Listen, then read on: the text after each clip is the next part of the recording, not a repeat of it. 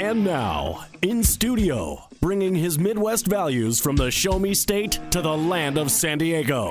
He's a triple threat, licensed as an attorney, mortgage broker, and a top producing realtor who's crushing the competition. Here to deliver you what's happening in the trenches of the market. Your host, Michael Gaddis.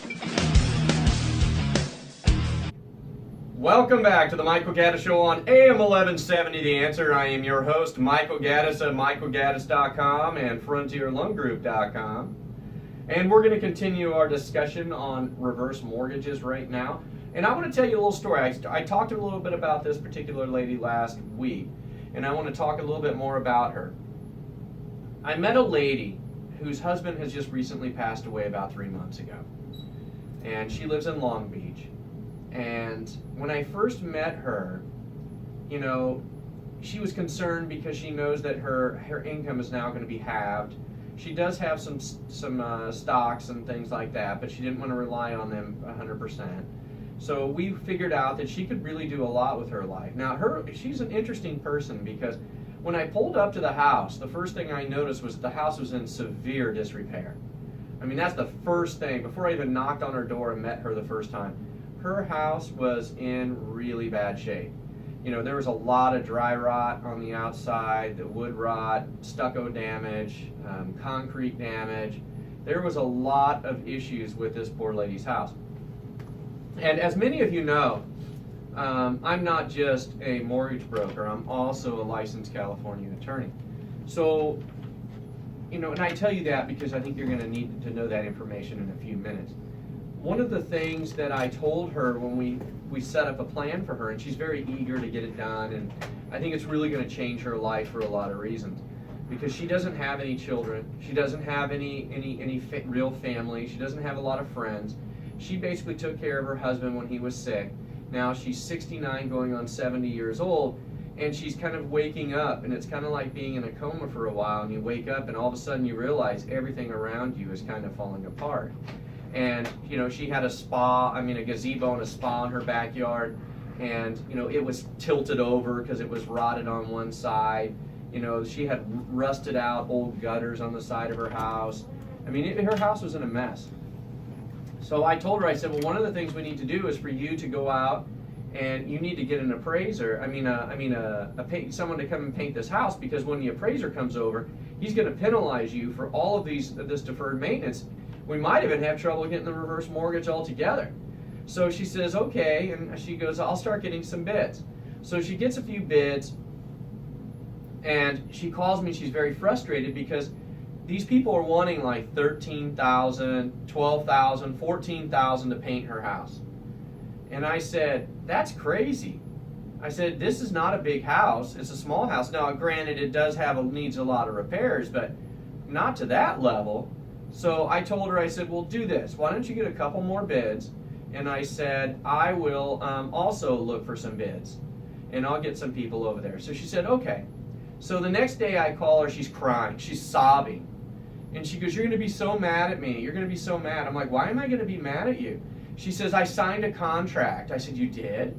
And she says, yes. And she goes, these guys were here for 4 hours, and they wouldn't leave my house until I signed. They started out higher. And she goes, but then they kept going outside talking to their boss, and they said if I didn't sign that the deal would be gone, and they couldn't leave until they got this signature. So finally I just signed it. And I said, and how much was their bid? She says it was like $12,500. And I said, okay. So I said, first of all, I'm not mad at you. I said, second of all, relax. I will take care of it. So she gave me the information for the person who did it, and I, you know, just out of pure anger, I would say, I switched my hats. So I took my mortgage broker hat off for a second, and I metaphorically put on my lawyer hat, and I gave these people a call, and I read them the riot act. And I laid into them so bad. I said, look, I said, I'm sure you guys are aware of what you've done. You took a 70-year-old widow and basically cornered her into her house and charged her a lot of money for home repairs. And I said, you know, that's elder abuse. And I said, I'm sure the State Contractors Board would love to hear about your company sending people over and, you know, cornering the elderly until they sign contracts with you. And I said, you better rip this thing up, and I better never, ever hear from you again. So sure enough, that's what they did. They ripped it up, and, you know, and I didn't have to worry about that. So, you know, I try to take care of my clients as much as I can. And then there's other things in the house that are bad. So, like the next day I call her and she tells me that her furnace went out. So I said, well, I'm going to be going up to Long Beach, and I will stop by your house and take a look. So I stopped by her house, and sure enough, she's got like the world's oldest furnace in her house. I mean, this thing I've never even seen a furnace that looks like this.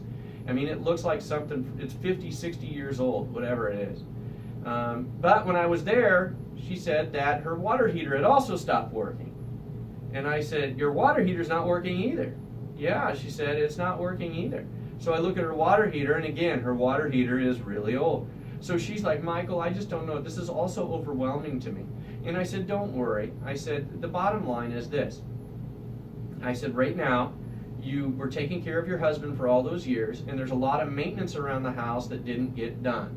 And I said, but here's the deal. We're going to find it, and I don't want you to sign a contract with any of these people without you at least talking to me first and get my opinion on it. I said, because I don't want you to be overcharged for something. So she says, okay. So 2 days pass, and she calls me and says that she has a furnace guy at her house. And so she goes, I said, do you mind if I talk to the furnace guy? So she says, no, go ahead. So he gets on the phone, and I said, well, how much is your quote? And he says, well, she needs a lot of work. Anytime somebody prefaces a question like that with, you need a lot of work, you know you got to prepare yourself for the number that they're going to give you. So he says, well, her panel on her house is really old. It needs to be replaced, the electrical panel. The furnace needs to be replaced. Her ductwork has asbestos. And she was talking about installing an air conditioning unit. And I said, well, that is all true. That all of what you're telling me, I do believe that's true. And he says, I said, well, how much is it? And he says, $15,000. And I said, okay. I said, well, thank you for submitting your bid. And I said, we'll be getting in touch. And he says, well, why do you need other bids? And I said, I'm sorry. And he says, well, why do you need another bid? I'm giving you a good price. I'm like, really? I said, you think that I'm going to just take the first guy who stops here and take his word that he's given me a good price? That's what you think I'm going to do? And he says, well, I'm just telling you, I'm giving you a really good deal. And I'm like, look, here's the bottom line. I am helping her make this decision, and I'm going to tell her not to sign any contract until we have gotten at least 3 bids. And I said, there's no way that she's going to sign your contract for $15,000 today. I don't even know. I said, maybe it is a good bid. I don't know. And I said, if I'm going shopping for something, I'm not going to go in the first store and say, well, I guess that's how much it costs, and buy it. I said, I don't know. I have to use something to compare it to. So the guy got kind of flustered with me, and of course I didn't care. And I'm like, look, just leave it with her, and we'll put yours as one of the bids, and if it's the best bid, we'll call you. So he says, fine. So I get off the phone with her name's Kathleen, and I call her back in like 30 minutes. I said, so what's going on? She says, well, the guy's still outside talking. And she goes, I think he's talking to his boss. And I'm like, watch. All of a sudden, Kathleen, mysteriously, this bid is going to drop in price. Watch. So sure enough, he knocks on the door, and she says, do you want to talk to him? I said, sure. So he goes, well, I got the price down. I'm like, oh, you did? He says, yeah, $12,000. I'm like, wow, that was the quickest I've ever seen a $3,000 drop. That was, what, 30 minutes, 45 minutes? And I said, look, here's the deal. This $12,000 bid you have, it still might be a good bid. I obviously now I know it's better than the $15,000 bid you gave me 35 minutes ago. I said, but I don't know. I have to compare it. I said, personally, I'm not in the business of HVAC. I don't know how much this stuff costs. So I don't know how much furnaces cost. I don't know how much changing out ductwork costs. I don't know. All I know is that you came to her house, you wanted to charge her $15,000, and then 35, 40 minutes later, you want to charge her $12,000.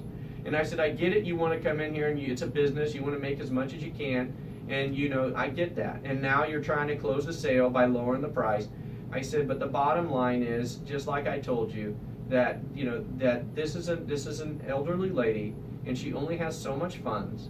And the last thing that we're going to do is take the first person that basically comes in here and tells us this. I said, so, anyway, to make a long story short, he basically backed off. We're now in the process of getting bids up there in Long Beach. So if anybody out there listening happens to know a very, very trustworthy HVAC man up in Long Beach, please contact me and tell me, because if it was down here in San Diego, I know a lot of people, but up in Long Beach, I don't.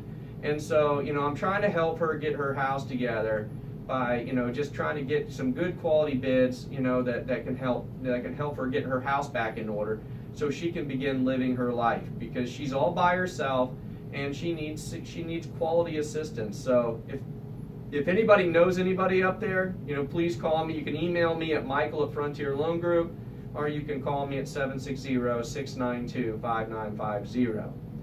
Well, after the break, we're going to switch gears a little bit and talk a little bit about something a little more fun. We're going to talk about one of my favorite movies of all time. You're listening to the Michael Gaddis Show on AM 1170, The Answer.